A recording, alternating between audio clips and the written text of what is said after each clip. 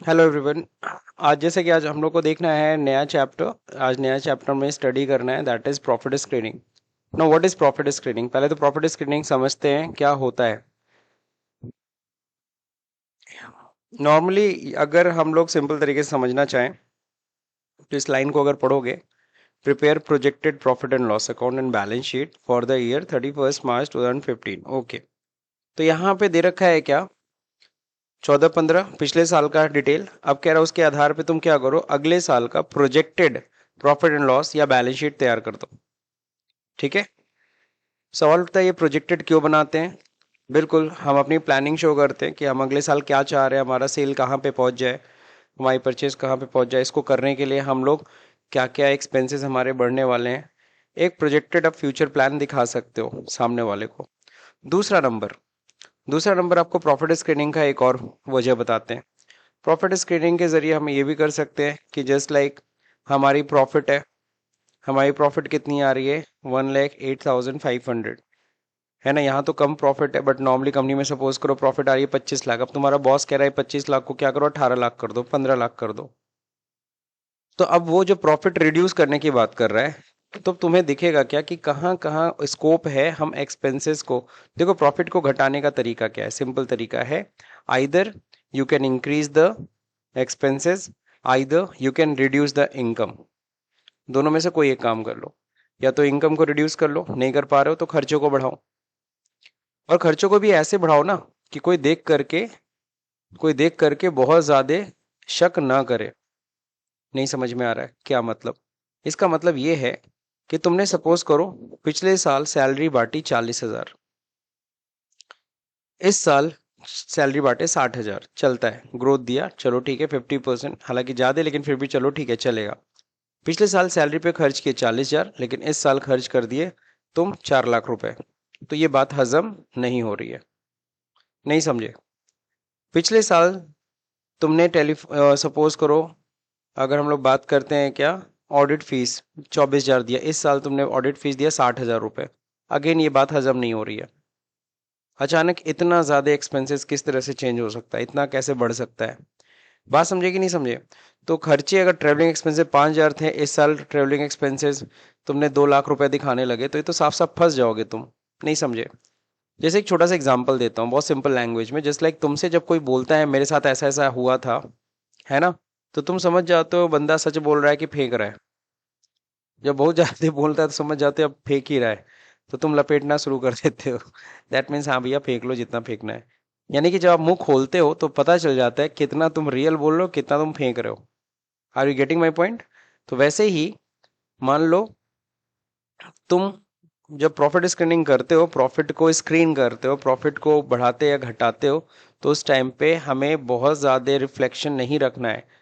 ऐसी जगह चेंजेस करनी है जिससे कोई पता ना चले, चेंजेस हो भी जाए पता भी चल ना चले। जैसे तुम्हारी माँ ने घर पे तुम्हें दिया कि लो बेटा ये 200 रुपये, और क्या करो, जाओ सब्जी लेके आओ। है ना, किया होगा आप लोगों ने। और जब तुम जाके सब्जी लेके आते थे, तुमने सपोज करो 180 की सब्जी ले आई, और तुमने माँ से बोल दिया 200 की सब्जी है। तो ठीक है, एक्सेप्टेबल है। अब तुम लाओगे 100 रुपए की सब्जी और कहोगे 200 की है, तो पकड़े जाओगे। इतना भी ना करो। इन द सेंस, समझे कि नहीं समझे, उतना करो जो मैनेजेबल हो। क्लियर? तो यहाँ पे होता है। सवाल उठता है सर प्रॉफिट स्क्रीनिंग करते क्यों? पहला मैंने टारगेट क्या बताया, हमें अपना फ्यूचर प्लान शो करना है। क्या करना है? Future plan. हमें फ्यूचर का अपना प्रॉफिट एंड लॉस देखना है कि किस तरीके से, अगर हम इस तरीके से अगर हम बिजनेस करेंगे तो किस तरीके से हमारा अगले साल का प्रॉफिट एंड लॉस होगा। ठीक है ना। दूसरा नंबर क्या हो सकता है, आपको मैनिपुलेशन करना है। मैनिपुलेशन किस चीज में करना है? Manipulation in profit according to your boss. अगर बॉस कहेगा तो भाई करना तो पड़ेगा, है ना। नाउ नेक्स्ट, थर्ड, आपको क्या चाहिए? बैंक से लोन चाहिए। किससे चाहिए? बैंक से लोन।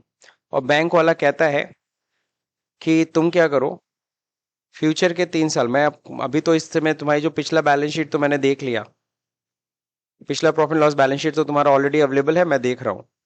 अब तुम हमसे मांग रहे हो 50 लाख रुपए लोन। कितना मांग रहे हो?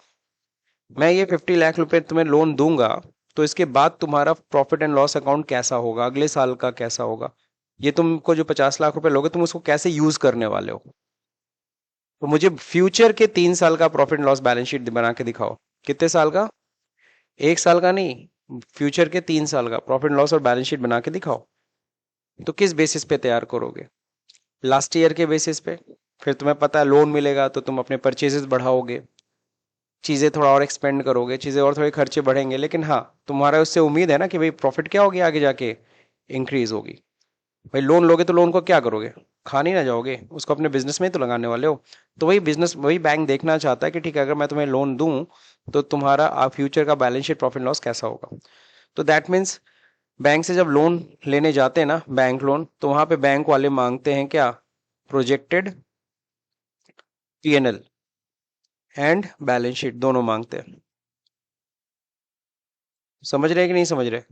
तो प्रोजेक्टेड प्रॉफिट लॉस और बैलेंस शीट कैसे बनाते हैं, तो इसके लिए भी आपको मदद करेगा क्या?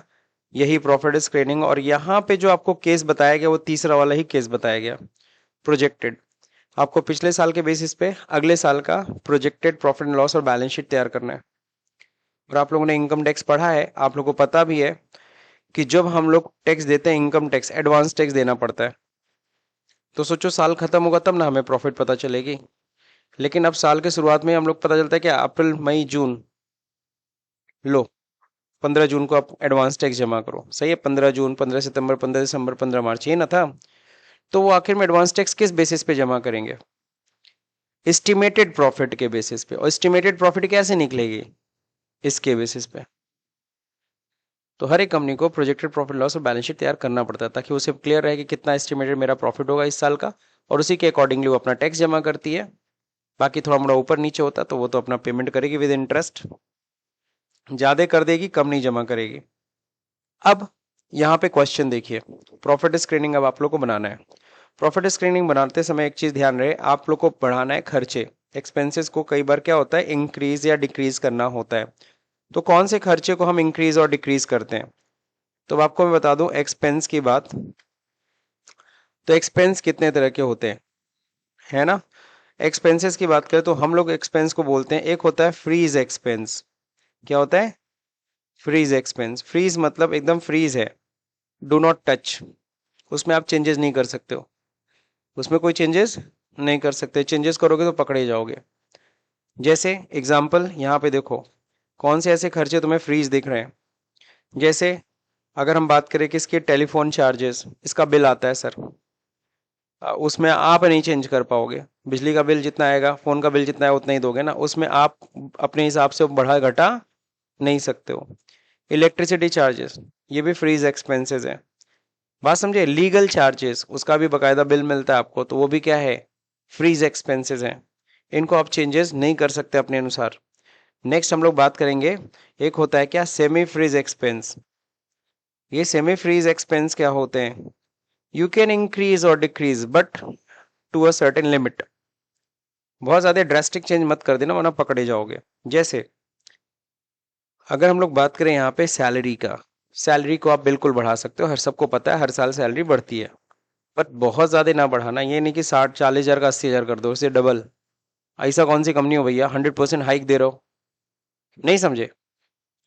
हाँ, बिजनेस एक्सपेंशन हुआ है, ब्रांचेस बढ़ी हैं, लोग बढ़े हैं, तब सैलरी बढ़ेगा, तब तो समझ में आता है।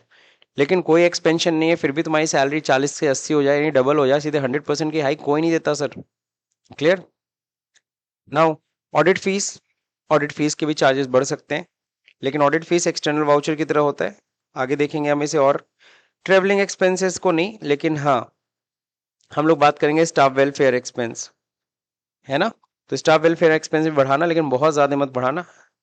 रेंट रेट, आपको पता है रेंट हर साल बढ़ता है ना? दो तरीके से रेंट बढ़ाया जाता है, एक होता है 3 साल में एक बार, और एक होता है हर साल। जब हर साल बढ़ेगा तो परसेंटेज थोड़ा कम रहेगा, लेकिन 3 साल में एक बार बढ़ेगा तो परसेंटेज थोड़ा ज्यादा बढ़ेगा। कुछ समझेंगे नहीं समझे? जैसे फॉर एग्जाम्पल हर साल तुम्हारा रेंट 10% बढ़ रहा है, और अगर 3 साल में बढ़ेगा तो 20 या 22% बढ़ेगा, इससे कम नहीं। बात समझे? तो ये होता है। क्लियर सबको? कहीं कोई दिक्कत नहीं? तो ये तो था जो हम लोग डिस्कस कर रहे थे, फ्रिज और सेमी फ्रिज एक्सपेंसेस। एक और होता है, इसको हम बोलते हैं अनफ्रीज एक्सपेंस। अनफ्रीज एक्सपेंस मतलब समझ रहे हो ना? ये अनफ्रीज है, इसको आराम से जितना मन करे उतना बढ़ा सकते हो, और ये कुछ ऐसे खर्चे होते हैं जिनका आप आराम से वाउचर रेडी भी कर सकते हो, जैसे ट्रेवलिंग एक्सपेंसेस, इनके वाउचर्स आप आराम से बना सकते हो। जैसे कंपनीज में जनरेटर चलता है, उसका फ्यूल एक्सपेंसेस होता है, गाड़ियां चलती हैं, फ्यूल आराम से बन जाता है, तुम 2 लीटर भरवाओ 5 लीटर का बिल बनवा लो। Are you getting my point? तो इस तरह की बहुत सारी जगह होती है, स्कोप होती है, जहां पे हम लोग बिल्स बढ़ा के या खर्चे बढ़ा के दिखा सकते हैं। ठीक, ठीक है। तो ये तो समझ में आ गया सर, फ्रीज एक्सपेंस। अब हम बात करेंगे वाउचर्स की। किसकी बात करेंगे? वाउचर। वाउचर कितने तरह के होते हैं? तो वाउचर तो आप लोग अपने टाइम पे पढ़े हो, है ना। यहाँ पे वाउचर से किससे मतलब, यहाँ पे वाउचर है 2 तरह का। यहाँ पे वाउचर कितने तरह से हम लोग क्लासिफाई करें? 2। एक होता है इंटरनल वाउचर, एक होता है एक्सटर्नल वाउचर। एक क्या होता है? Internal voucher. और एक क्या होता है? External voucher. अब ये इंटरनल और एक्सटर्नल वाउचर क्या होते हैं, जरा समझिएगा। इंटरनल वाउचर होता है जो हम अपने लिए बनाते हैं, खुद के लिए, उसको हम इंटरनल वाउचर कहते हैं। एक्सटर्नल वाउचर किसे कहते हैं? जो किसी बाहरी व्यक्ति के लिए बनाते हैं। जैसे एग्जाम्पल के तौर पे हम लोग क्या कर रहे हैं, हम लोग सेल बिल बना रहे हैं। अगर हम सेल बिल बना रहे हैं तो सेल बिल किसके लिए? कस्टमर के लिए ना, वो कस्टमर लेके जाएगा, तो वो एक्सटर्नल वाउचर में आता है ना। हम मान लो रेंट बिल इशू कर रहे हैं, तो रेंट बिल इशू कर रहे हैं, तो ये क्या है, किसके लिए बना रहे हैं? अगेन आउटसाइडर के लिए। लेकिन ध्यान रहे इंटरनल वाउचर में क्या आएगा, जो हम अपने लिए बना रहे हैं। फॉर एग्जाम्पल, सिंपल एग्जाम्पल इसका है आपका, जैसे सैलरी शीट, सैलरी स्लिप देते हैं ना, हर एम्प्लॉय को जो हम सैलरी देते हैं उसके साथ एक स्लिप देते हैं, that is called salary slip. तो ये सैलरी स्लिप बताइए क्या है? इंटरनल वाउचर है, क्योंकि वो सैलरी स्लिप किसके लिए? अपने ही एम्प्लॉयज के लिए बना रहे हैं, किसी बाहरी व्यक्ति के लिए नहीं, अपने ही एम्प्लॉय के लिए बना रहे हैं। बात समझे कि नहीं समझे? अब मान लो जैसे तुम लोग जाते हो कहीं पार्किंग करते हो, तो पार्किंग जो लेता है ना, पार्किंग वाला वाउचर, तुम देखते हो कि जब वो जाता है पार्किंग करते हो तो चिप्पी लगा देता है, और जैसे निकलते हो चिप्पी निकाल लिया। वो किसके लिए? इंटरनल, अपने लिए। बात समझे कि नहीं समझे, कि जो गाड़ी आई वही गाड़ी निकलनी चाहिए, कोई और इन द सेंस नहीं। तो इन द सेंस वो वाउचर वो उसके खुद के लिए यूज हो रहा है। सपोज करो आप लोग को बुक इशू करना है, मैंने कहा सना मैम से एक स्लिप इशू कराओ, सना मैम से एक स्लिप इशू कराओ, फिर उसी स्लिप से आपको क्या मिलेगा? बुक मिलेगा। तो आपने गया सना मैम से स्लिप इशू करा के आए कि हाँ मेरी फीस कंप्लीट है, मेरे को बुक मिले, फिर तुम मेरे पास आए, मैंने तुम्हें बुक इशू किया, तो वो स्लिप मैं ले लूंगा। तो सोचो, वो स्लिप तुमको अभी सना मैम दी, यहीं से मिला, और फिर यहीं लाके तुम वापस मुझे जमा कर दिए। What is that? Internal voucher. घूम फिर के हम लोग के लिए यूज हो रहा है, आप लोग से कोई लेना देना नहीं है। जैसे टोकन, कभी रेस्टोरेंट में गए, टोकन लियो, टोकन लेते हो टोकन लेते हो, खाना खाते हो, और फिर टोकन ले जाके वापस उन्हीं को दे देते हो।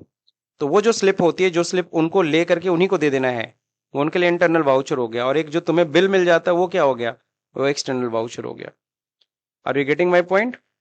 तो internal voucher, external voucher, salary slip, और भी कई होते हैं, पेटी एक्सपेंसेस के स्लिप, ये सब क्या होते हैं? ये सब इंटरनल वाउचर है। ठीक है।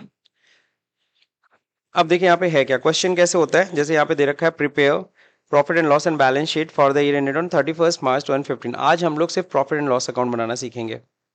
ठीक है। थोड़ा सा एक्सेल के ट्रिक्स का यूज करना है, बाकी नॉर्मली एग्जाम में 30 नंबर का आता है। ठीक है, वो 30 नंबर से मतलब मत रखिए, आप मतलब रखिए इसको सीखने से, बहुत इंटरेस्टिंग चीज़ है। यहाँ गोल्ड स्टार इंडस्ट्री है, ठीक है, इनका प्रॉफिट एंड लॉस अकाउंट दिया हुआ है, और ये इसका बैलेंस शीट भी दिया है, प्रोजेक्टेड बैलेंस शीट भी बनाना है।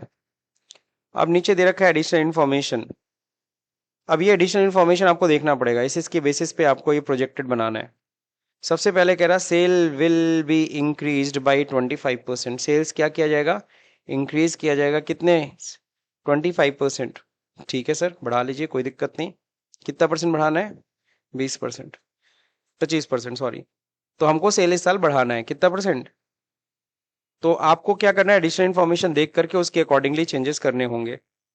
अगला, ग्रॉस प्रॉफिट और नेट प्रॉफिट जो रेशियो है, जीपी-एनपी रेशियो, आप लोग ऑलरेडी रेशियो में निकालना सीखे हो, वो रेशियो दोनों साल में सेम होना चाहिए। पिछले साल भी वही रेशियो, अगर पिछले साल 40% के प्रॉफिट थे तो इस साल भी 40% ही प्रॉफिट का रेशियो रहना चाहिए। ये नहीं उसको नंबर बहुत चेंज कर देना, पिछले 40%, इस साल 80%, ऐसा कैसे हो सकता है भैया? परसेंटेज कैसे बढ़ सकता है प्रॉफिट का? नहीं समझे?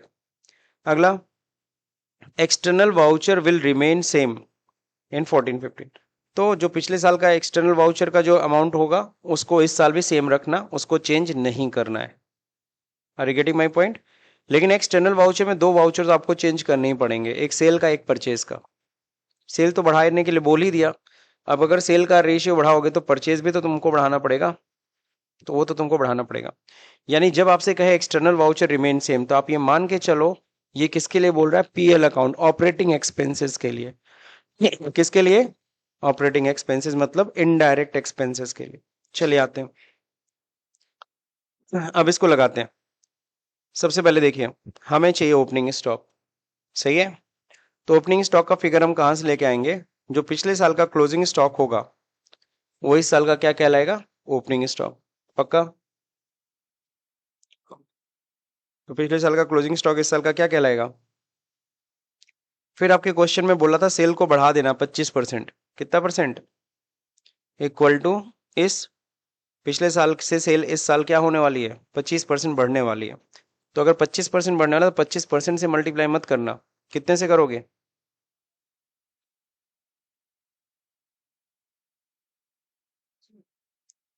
125%, यानी 100% तो सेम रहेगा, 25% इंक्रीज करना है, तो 125% हो गया। इसका मतलब कितना परसेंट इंक्रीज होगा? 25%। देख लो, सही जा रहा है? क्लियर है? अब क्या कह रहा है? परचेज। अब अगर सेल आपका बढ़ रहा है तो परचेज भी तो आपको इंक्रीज करना पड़ेगा।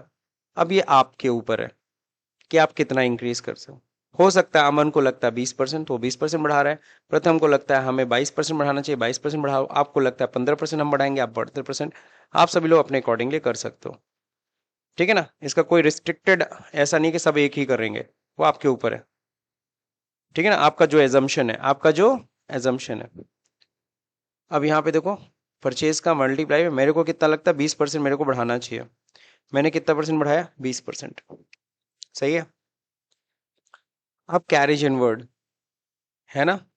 अब कैरेज इनवर्ड, परचेज बढ़ेगा तो उसका भाड़ा भी तो बढ़ेगा। तो मैं क्या करता हूँ, भाड़े को उसी रेशियो में बढ़ाता हूँ जिस रेशियो में मैंने क्या किया है? परचेज बढ़ाया। वैसे भाड़ा किसके अकॉर्डिंग लगता है? तो मैं देखो इस साइड में जगह थोड़ा खाली, मैं यहाँ परसेंटेज निकालता हूँ। पिछले साल इतना भाड़ा की दिए थे जब परचेज किए थे इतना।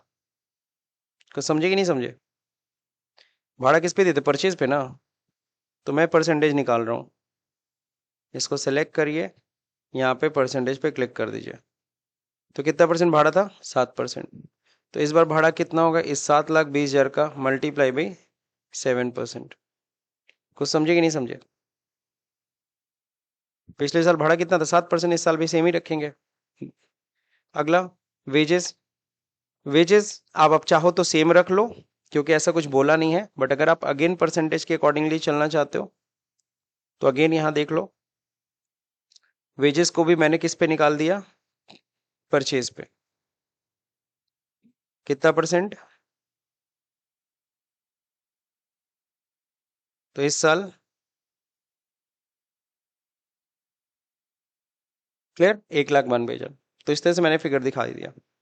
और ग्रॉस प्रॉफिट, ग्रॉस प्रॉफिट तो आपको पहले से पता है, जो पिछले साल का परसेंटेज रहेगा वो इस साल भी रहेगा। तो पिछले साल का ग्रॉस प्रॉफिट का परसेंटेज यहाँ निकालो साइड में। पिछले साल इतना हमने ग्रॉस प्रॉफिट कमाया था। ग्रॉस प्रॉफिट रेशियो कैसे निकलता है? GP upon sale. तो पिछले साल ग्रॉस प्रॉफिट इतना था अपॉन सेल, सेल इतना था। सही है ना? इंटर कर दो, परसेंटेज निकालते हैं। कितना परसेंट है? एग्जैक्टली सब एग्जैक्ट है या 22%? अभी डेसिमल पोर्शन बढ़ाओगे ना तो कुछ और ही दिखेगा, ठीक है? चलो, तो मतलब अब चलो यहाँ 22 आ रहा है तो 22% तो एग्जैक्ट है फिलहाल 22%। 22% है। अब 22% क्या होगा इस साल भी? क्या होगा इस साल की सेल का मल्टीप्लाई बाई कितना परसेंट? इस साल की प्रॉफिट है। देखो इस कंप्लीट फिगर आ गया, सारे फिगर्स। बस कौन सा फिगर मिसिंग है? उसको हम निकालेंगे बैलेंसिंग फिगर से। किससे निकालेंगे? Balancing figure. इधर साइड के वाले टोटल करते हैं, सिंपल सम चलाइए। यहाँ पे भी टोटल वही रहेगा, सही है। जितना डिफरेंस है वही आपका क्लोजिंग स्टॉक है, माइनस, सही है कि नहीं सही है, दिस इज द पॉइंट। तो 3,05,000 का आपका पिछले साल याद है, 3,20,000 था, इस साल 3,05,000। देखो काफी हद तक फिगर्स एकदम आसपास है, बहुत ज्यादा हम चीजों को नहीं रिफ्लेक्ट किए कि किसी को एकदम शक हो जाए, है ना। तो झूठ वैसा बोलो कि कोई पकड़ा ना जाए। खैर फिलहाल तो हमें प्रोजेक्टेड बनाना है, हम अगले साल का बना रहे हैं। अगले साल हमारी 25 साल की 25% की क्या होगी, सेल बढ़नी थी, तो हमने बढ़ा दिया अपना सेल। उसके अकॉर्डिंगली मैंने ट्रेडिंग अकाउंट मेरा कंप्लीट हो गया ना। बाकी ये top line border double bottom border ये करना है, तो यहाँ से हम लोग जाते हैं इसको और कंट्रोल करके इसको सेलेक्ट कर लेते हैं। फॉर्मेटिंग थोड़ा बढ़िया कर देते हैं, ये वाला चाहिए हमें। हो गया top single bottom double border, सही है। अब क्या होगा, ये ग्रॉस प्रॉफिट यहाँ उठ के आएगा, सही है। पिछले साल की ग्रॉस प्रॉफिट यहाँ उठ के आई, इस साल की ग्रॉस प्रॉफिट यहाँ उठ के आएगी, सही है। इंटरेस्ट रिसीव, इंटरेस्ट के लिए हमें कुछ पता नहीं है, एक्सटर्नल वाउचर है। इंटरेस्ट जो मिलता है वो एक्सटर्नल बैंक देगी ना, इंटरेस्ट होगा बैंक में, हमने एफडी ऑफडी किया होगा इन्वेस्टमेंट, तो ब्याज हम लोग सेम रखेंगे, 1 रुपए का चेंजेस हम नहीं करने वाले। External voucher will remain same, external voucher को सेम रखना, उसको नहीं चेंज करना, ध्यान रहे। ये हो गया कंप्लीट। इस साइड में और कुछ है क्या, तो हम सीधे सम कर लेंगे। अब देखो ये बगल में फॉर्मूला लगा ही होगा सम का, लगा हुआ, क्यों ना इसी को कॉपी कर लें। हो गया, तो इस साइड का टोटल आ गया कितना, 3,15,000, सही है। अब यहाँ पे देखो सैलरी क्या होगी, अभी हम क्या करते हैं, सारे खर्चे सेम एज इट इज जो पिछले साल के सेम उतार लेते हैं। क्लियर, आपको पता है नेट प्रॉफिट क्या हो, पहले एनपी रेशियो निकालो, पिछले साल का इतना नेट प्रॉफिट कमाए थे, डिवाइड बाई कितने सेल पे, इतने की सेल पे, तो परसेंटेज कितना हुआ, 11%। इस साल सेल का सेम प्रतिशत है 11%, नहीं समझ में आया। पिछले साल वही तो जीपी रेशियो 22% था, एनपी रेशियो 11% है, पिछले साल से निकाला, इस साल का कैसे निकला, सॉरी, इस साल का कैसे निकला, इस साल की सेल मल्टीप्लाई बाई 11%, प्रॉफिट आएगी सेम नेट प्रॉफिट। अब क्या करना है सर, सिंपल सम मारिए, यहाँ पे सम करते हैं, वेरी क्लोज एंटर। यहाँ देखिए 287 125 आ रहा है, इस साइड टोटल डिफरेंस है ना, यहाँ कहीं डिफरेंस एक निकालिए, इक्वल टू इसमें से माइनस ये परसेंटेज, कितने का फर्क आ रहा है, 27,875 रुपीज़। अब ये खर्चा आपको मैनेज करना है, खर्चा मैनेज करने का मतलब क्या करेंगे आप, एक्सपेंसेस को क्या करेंगे, हमको भाई यहाँ का टोटल यहाँ के टोटल के बराबर 315 करना है, तो क्या करना पड़ेगा, खर्चों को इंक्रीज की डिक्रीज, इंक्रीज करना पड़ेगा, बट ऑब्वियस है। अब इंक्रीज करते समय बस आपको ध्यान रखना है कहाँ पे कौन सा खर्चा बढ़ाना है, सही है। तो हम लोग क्या करने वाले हैं, सबसे पहले सैलरी बढ़ाएंगे। सैलरी कितना परसेंट बढ़ाएंगे, नॉर्मली कितना परसेंट हाइक लगता है इस किसी भी कंपनी में, 20%, 25%, इससे ज़्यादा तो नहीं ना। तो हम मैक्सिमम बढ़ाने वाले हैं 125, दैट मीन्स 25% का हाइक हम देने वाले अपने एम्प्लॉयज़ को, ठीक है ना। जैसे मैंने हाइक किया, यहाँ देखो 40-50, और यहाँ देखो कितना हो गया, डिफरेंस घटा, घटा ना। ऑडिट फीस ठीक है, ऑडिट फीस में नहीं चेंजेस करेंगे, ट्रेवलिंग एक्सपेंस बढ़ा लेंगे। ट्रेवलिंग एक्सपेंस चलो 5,000, इस साल कितना होगा, 10,000, डायरेक्टली मैंने कितना परसेंट इंक्रीज कर दिया देख लो, 5,000 का 10,000, आराम से ट्रेवलिंग एक्सपेंस के बिल बन जाते हैं ना। तो उतना बहुत ज़्यादा फिगर डिफरेंस नहीं दिख रहा है, 5 का 10 हुआ है, ठीक है ना। और ट्रेवलिंग एक्सपेंसेस के आप बिल बना के दिखा सकते हो। ये स्टाफ वेलफेयर एक्सपेंस सेम उसी रेशियो में बढ़ाइए जिस रेशियो में सैलरी बढ़ाए हो। तो स्टाफ वेलफेयर एक्सपेंस हम बढ़ाने वाले हैं कितना, जो भी हम लिए थे पिछले साल का मल्टीप्लाई बाई, अरे सॉरी,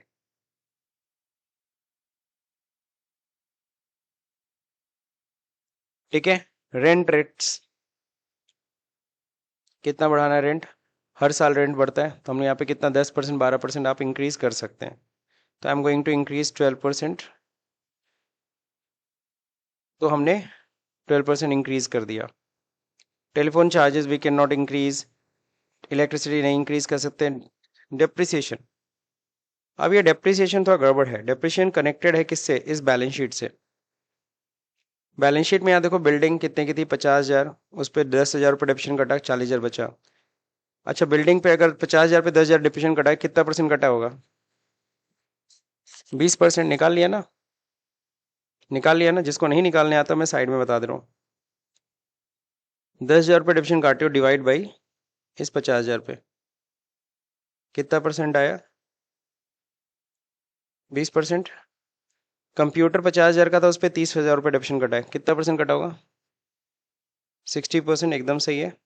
फिर भी निकाल लो, 30,000 डिविजन कटे हो 50,000 पे, और आपको पता भी कंप्यूटर पे 60% डिविजन कटता है। पढ़ा है ना सबने? अब इस साल बिल्डिंग की वैल्यू कितनी होगी? 40,000 पक्का? डिप्रेशन कितना कटेगा इस 40,000 पे? 20%, बचेगा कितना? 32,000, सही है। अब इस साल कंप्यूटर कितने का आएगा यहाँ पे? डिप्रेशन कितना कटेगा? बचेगा कितना?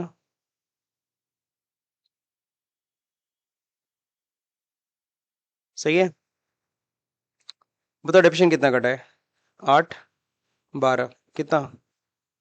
यानी इस साल डिप्रेशन 40 नहीं होगा, इस साल डिप्रेशन 8 प्लस 12, 20,000। लो, खर्चा घटाते ही फिर डिफरेंस बढ़ गया। अब सवाल उठता है कि अब क्या बढ़ाओगे? डेप्रिसिएशन तो घट गया सर, लीगल एक्सपेंस। अब अगर तुमने सपोज करो हर एक चीज को बढ़ाया आपने ऑप्टिमम लेवल तक, अब तुम्हें नहीं लग रहा है कहीं कुछ और इंक्रीज डिक्रीज कर पाएंगे, करेंगे तो पकड़े जाएंगे। तो you can increase another expense, like general expense, like पेटी एक्सपेंसेस, लाइक ऑफिस एक्सपेंस, मतलब कुछ इस तरह से मिसलेनियस एक्सपेंसेस लाइक दिस। इस तरह के खर्चों के नाम पे आप बढ़ा सकते हैं, ठीक है ना?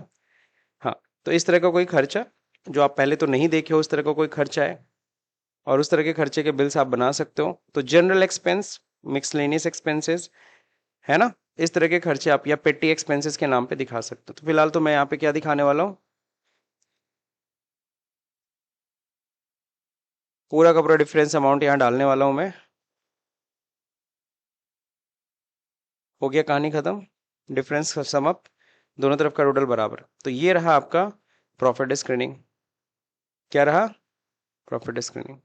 तो काफी हद तक देखो ये रेशियो पे डिपेंड है, हर जगह रेशियो निकाल निकाल के मैं काम किया हूँ। तो इसीलिए पहले रेशियो पढ़ते हैं तब जाके ये काम करते हैं, प्रॉफिट स्क्रीनिंग। अब एक और चीज, चलो लगे हाथ बैलेंस शीट भी लगा ही लेते हैं। बैलेंस शीट में बहुत आसान हो जाता है, बैलेंस शीट में आधा काम तो तुम कर ही चुके हो। सवाल उठता है सर कैपिटल की क्या वैल्यू आएगी, कैपिटल इधर क्या आएगा? तो ध्यान रहे कैपिटल की वैल्यू क्या आएगी, कैपिटल में से नेट प्रॉफिट गया तो कितना बचा, नेट प्रॉफिट ऐड हुआ तो कितना हुआ? 48,500। उसमें से ड्राइंग लेस कर दिया तो कितना बचा?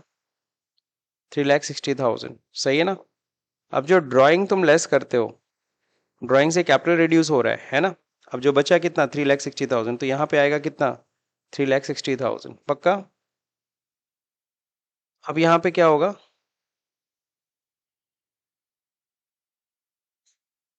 नेट प्रॉफिट, नेट प्रॉफिट कितना है? ये इस साल नेट प्रॉफिट यहाँ दिया हुआ है, ये नेट प्रॉफिट उठा लो।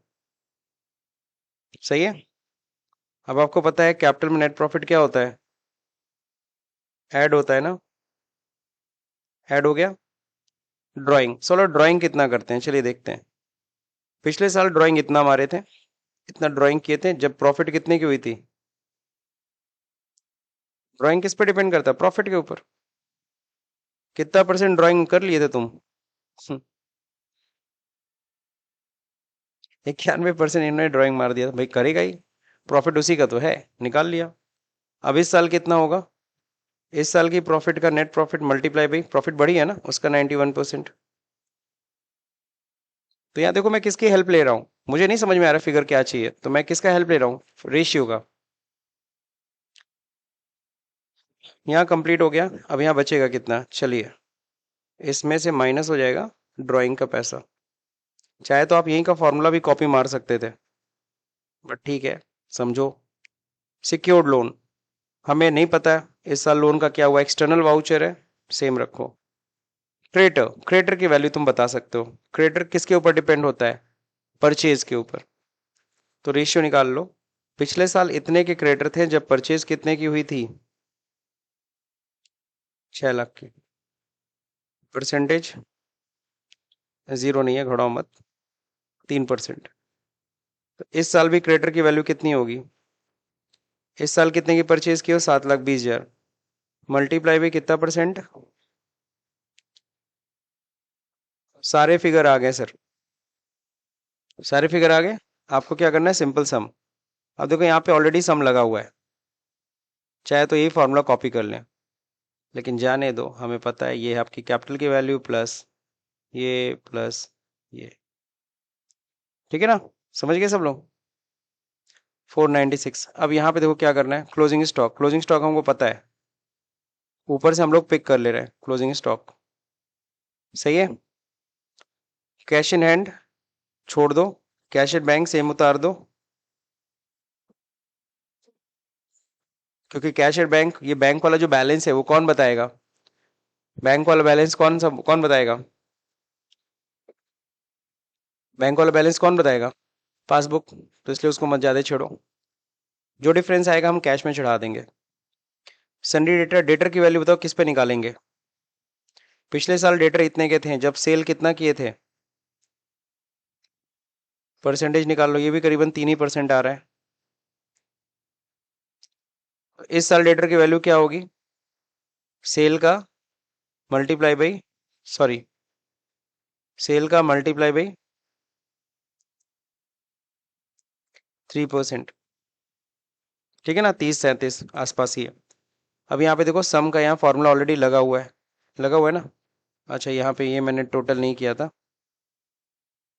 एसेट की टोटल वैल्यू थी 32,000 प्लस 8,000, 40,000। यहाँ पे सम करते हैं इन सबको टोटल। अब देखो डिफरेंस आ रहा है, कितने का डिफरेंस आ रहा है, 496 माइनस 54,000 का डिफरेंस है, ये 54,000 आप अपनी तरफ से डाल दीजिए, यही कैश का डिफरेंस है, दैट्स इट। ये हो गया आपका बैलेंस शीट भी रेडी। तो इसको हम बोलते हैं projected profit and loss account and balance sheet. तो आई होप सो समझ में आया होगा। हाँ, एक चीज़ है कि एक बार और थोड़ा आपको रिकैप करना होगा इसको, जो आप लोग रिकैप कर सकते हो। और आपको बता दूं, इसके वैसे भी वीडियोस बने, और इस तरह से जैसे हमने आज पूरी क्लास में पहले एक्सटर्नल एक्सपेंसेस, फ्रीज एक्सपेंसेस, ये सब एक्सटर्नल इंटरनल समझा, ये करके हम लोग यहाँ पे हम लोग सॉल्व किए। तो मेरे ख्याल से आप लोग भी कर लोगे, तो सेम एक्सेल की फाइल डाउनलोड करना है, आपको इस पर प्रैक्टिस करना है। टफ नहीं है, आसान है, बस आपको एक बार समझना पड़ेगा। एक बार अगर आपने इसको लगाया तो उसके बाद से आप इजीली लगा लो, कि कहीं कोई दिक्कत नहीं आएगा, ठीक है ना। So just this one is for today's lecture, बाकी हम लोग कब पढ़ेंगे, नेक्स्ट क्लास में, ठीक है।